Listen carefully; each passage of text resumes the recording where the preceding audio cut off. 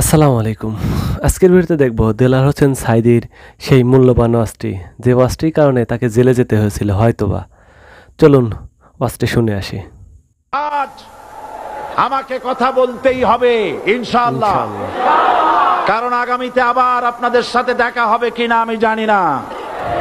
কথা বলতেই হবে। বসেন, কেউ দাঁড়িয়ে থাকবেন না। আমি দেখতে পাচ্ছি বাংলাদেশের ভাগ্য আকাশে উত্তর গগনে কালো মেঘ জমা হয়েছে। ঝড়ের পূর্বাভাস লক্ষ্য করছি।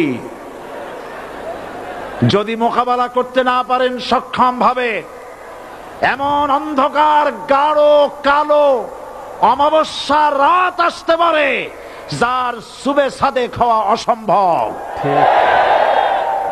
সুতরাং আপনারা কি কাপুরুষের মতো কাফের মুশরিকদের গোলামি করে মরতে চান? বিড়ালের মতো 500 বছর বেঁচে থাকার কোনো লাভ নাই। সিংহের মতো 1 ঘন্টা বাঁচতে চাই।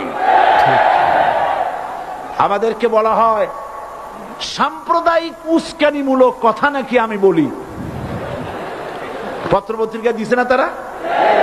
সাম্প্রদায়িক উস্কানি কথা, সাম্প্রদায়িক উস্কানিমূলক কথা বলি। সেই জন্যই বোধহয় শত শত মুসলিম আমাদের কাছে এসে মুসলমান হয়। মানুষে আর বোকা বানানো যাবে না। যাবে কি? আর বোকা বানানো যাবে? তারপর বলছে কি?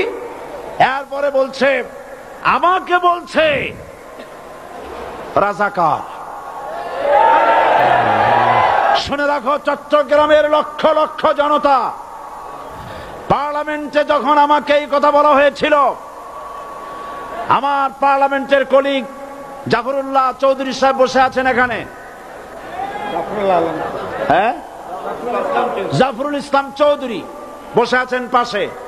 প্রধানমন্ত্রী সুদ্ধা, অন্তত 3 শতাধিক পার্লামেন্টের সম্মানিত সদস্যরা সেদিন বসা। 1997 সনের বাজেট বক্তৃতা যখন আমি করতেছিলাম, ডক্টর কুদরতে খোদা, নাম রাখছে কুদরতে খোদা, আসলে গজবে খোদা।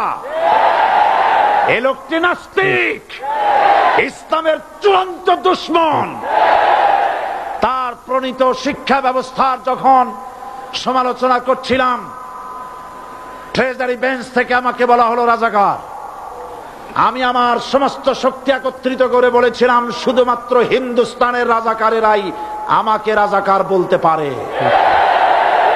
আমি বলেছিলাম 1973 সন পর্যন্ত আমি বাংলাদেশের কোন রাজনৈতিক দলের নেতা এবং কর্মী ছিলাম না। আমি রাজাকার নই। আমাকে রাজাকার বলে যদি তাকেও প্রমাণ করতে না পারে 10 কোটি টাকার মানহানি মামলা দায়ের করব। আমার এই বক্তব্য সারা দুনিয়া শুনেছে। পার্লামেন্টে আমার এই বক্তব্য রেকর্ড হয়ে আছে।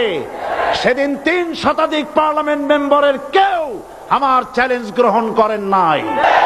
যে কোনো ব্যক্তি পার্লামেন্টে গিয়ে আমার বক্তৃতা দেখে আসতে পারেন। এরপরে 1997 সনের 7ই অক্টোবর দৈনিক জনকণ্ঠ পত্রিকা যখন আমার বিরুদ্ধে লিখলো, সেই পত্রিকায় সাঈদীর ওপেন চ্যালেঞ্জ 8ম পাতা, 1997 7ই অক্টোবর, এত বড় 2 কলমে হেডিং। সেখানে আমি বলেছি বাংলাদেশের সকল সাংবাদিক, গোয়েন্দা বিভাগ, বাংলাদেশের সকল বুদ্ধিজীবীকে আমি আমার পিরোজপুরে আমন্ত্রণ করছি। আমার উপস্থিতিতে যদি কেউ প্রমাণ করতে পারে বাংলাদেশের স্বাধীনতা যুদ্ধের বিরুদ্ধে আমার কোনো ভূমিকা ছিল, সজ্ঞানে স্বেচ্ছায় জাতীয় সংসদের সদস্য পদ থেকে পদত্যাগ করব। 3 বছর পার হয়ে গেছে, আজ পর্যন্ত কেউ এই চ্যালেঞ্জের মোকাবেলা করে নাই। সুতরাং আমাকে যারা রাজাকার বলবে তারা পিতৃ পরিচয়হীন অবৈধ সন্তান। 1971 সনের, শোনো মুসলমানেরা, 1971 সনের কোন কাদা সাঈদীর গায়ে লাগে নাই। আমাকে রাজাকার বলে জনগণ থেকে বিচ্ছিন্ন করবা, জনগণ থেকে আমারে বিচ্ছিন্ন করা যাবে না। কারণ এই জনগণ আমার জন্য আসে না, এই জনগণ আসে আল্লাহর কোরআনের জন্য।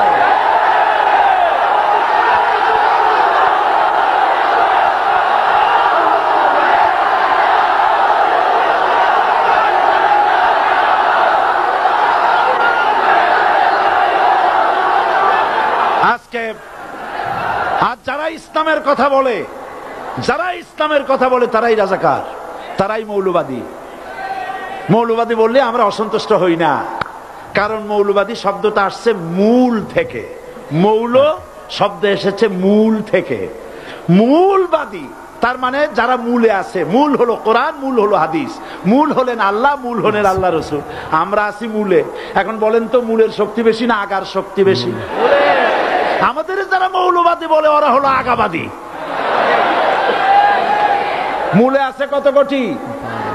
12 কোটি। মূলে আছে কত কোটি? আর আমাদের যারা মৌলবাদী বলে ওই থাকো গাছের আগায়, আমরা মূলে। লাভালাভি বেশি করবা না, 12 কোটিতে গাছের গোড়া আসতে নানা দেবে, মামু বাড়ি দিল্লি গিয়ে পড়বা, বাংলার জমিনে জায়গা হবে না। এ কথা বিশ্বাস করো।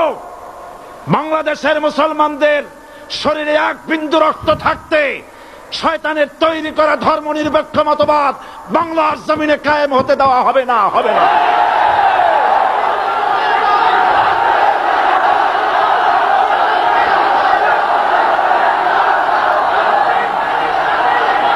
রাসূল করিম সাল্লাল্লাহু আলাইহি ওয়াসাল্লাম কোরআন প্রতিষ্ঠার জন্য আন্দোলন করেছিলেন। আয়াতুল কুরসি আমাদের সে কথাই শিখেছে। আল্লাহ রাব্বুল আলামিন বলেন, আল্লাহু লা ইলাহা ইল্লা হুয়াল হাইয়ুল কাইয়্যুম। প্রাণ খুলে পড়েন, আল্লাহু লা ইলাহা ইল্লা হুয়াল হাইয়ুল কাইয়্যুম। আল্লাহ হচ্ছেন তিনি যিনি ছাড়া কোনো ইলাহ নাই, আইনদাতা নাই, বিধানদাতা নাই। আমরা মানুষের তৈরি করা আইন মানি না। 12 কোটি মুসলমানের দেশে আইন তৈরি করবে মানুষ, আমরা মানব না। পার্লামেন্টে তৈরি হতে হবে কোরআন দিয়ে, পার্লামেন্টে আইন তৈরি হতে হবে কোরআন দিয়ে। সুতরাং ভয় যতই পান আর যতই ষড়যন্ত্র করেন, 4 দল যখন একত্রিত হয়েছে, ঐক্যবদ্ধ থাকবে, সরকার ঐক্যবদ্ধভাবে গঠন হবে, নির্বাচন ঐক্যবদ্ধভাবে হবে এবং কোরআন হবে, আল কোরআনের পার্লামেন্ট হবে বাংলাদেশে।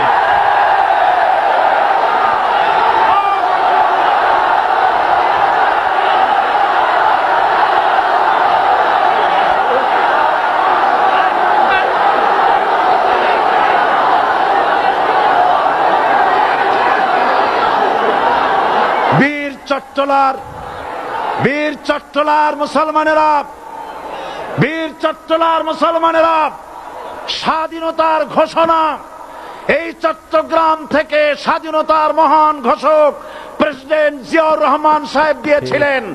এই চট্টগ্রাম থেকেই ইসলামী রাষ্ট্রের ঘোষণা হবে।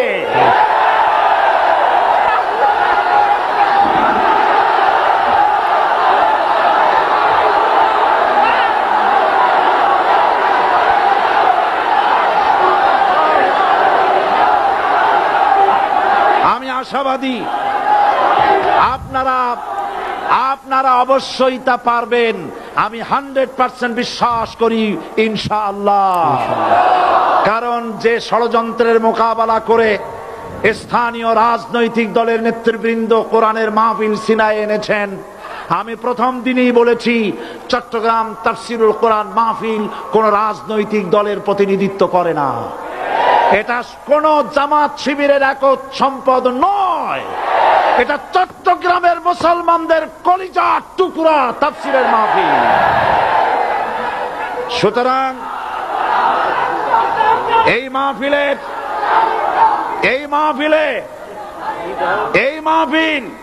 চট্টগ্রামে থাকবে ইনশাআল্লাহ কিয়ামত পর্যন্ত। 144 ধারা 288 হয়ে গেছে, ষড়যন্ত্র পায় পায় চলে গেছে। আমি ওই সব ছেলেদের বলি, সরকারি দলের ছাত্র হইয়া মুসলমানদের বিপক্ষে যাইও না। আমরা তখন শুনছিলাম আল্লামা দেলার হোসেন সাঈদীর সেই মূল্যবান ওয়াজটি। তিনি ওয়াজটির মাধ্যমে বোঝানোর চেষ্টা করলেন তিনি রাজাকার নয়, তার গায়ে ৭১-এর কোনো কাদা লাগে নাই, কিন্তু বাঙালি তাকে সারা জীবন জেলখানায় রেখে রেখে তার জীবনটা শেষ করে দিলেন এবং রাজাকার বলেই তারা বলেছেন যে তিনি রাজাকার। কিন্তু আল্লামা দেলার হোসেন সাঈদীর কণ্ঠে শুনলাম তিনি রাজাকার নয়। কিন্তু ইসলামী আন্দোলন এবং ইসলামী দল ব্যতীত তাকে সবাই রাজাকার বলেই চেনে। এখন বাকিটা আল্লাহ ভালো জানেন। তিনি ওপেন চ্যালেঞ্জও করেছিলেন এই জন্য। আর তিনি যদি রাজাকারী হতেন, এই লক্ষ লক্ষ মানুষ চট্টগ্রামের সেই ঐতিহাসিক ময়দানে কিভাবে উপস্থিত হয়? সে সময় ক্যামেরাও ভালো ছিল না, সে সময় লাইট সিস্টেমও ভালো ছিল না, তারপরেও লক্ষ লক্ষ মানুষের উপস্থিতি এবং শত শত অমুসলিম তার হাতে মুসলমান হয়েছে। এখন আল্লাহ ভালো জানেন তিনি কী ছিলেন। যদি ওয়াজটা ভালো লাগে, আপনাদের অবশ্যই একটাই অনুরোধ, যদি ওয়াজটি ভালো লাগে সাবস্ক্রাইব করে পাশে থাকবেন। ধন্যবাদ সবাইকে এতক্ষণ সাথে থাকার জন্য।